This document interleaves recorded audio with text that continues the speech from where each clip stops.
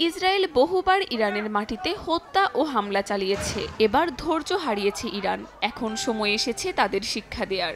এভাবে ক্ষোভ প্রকাশ করেছেন গাজার বাসিন্দা তাইসির মোহাইসান। গাজাবাসীর দাবি এই অনুভূতি বিজয়ের। যে যন্ত্রণা ইসরায়েল বছরের পর বছর গাজাবাসীর ওপর চালিয়েছে, এখন ইসরায়েল সেই একই যন্ত্রণার মধ্য দিয়ে যাচ্ছে।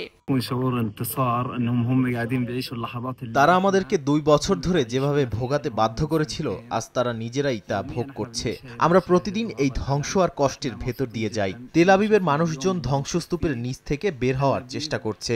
এই অনুভূতি প্রতিটি গাজাবাসীর পক্ষে ভাষায় প্রকাশ করা সম্ভব নয়।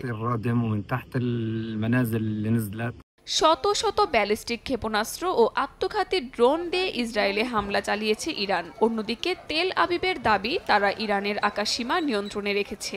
অভিযানে নিহত হয়েছেন ইরানের শীর্ষ সামরিক ও পরমাণু বিশেষজ্ঞ। 2023 সালের 7 অক্টোবর হামাসের হামলার পর ইসরায়েলি আগ্রাসনে গাজায় নিহত হয়েছেন প্রায় 55,000 মানুষ, যাদের অধিকাংশই বেসামরিক। 20 লাখ মানুষের এই ভূখণ্ডে ইসরায়েলি হামলায় ধ্বংস হয়েছে ঘরবাড়ি, রাস্তাঘাট, হাসপাতাল সহ গুরুত্বপূর্ণ সব অবকাঠামো। কাকুলি আখতার, সময় সংবাদ।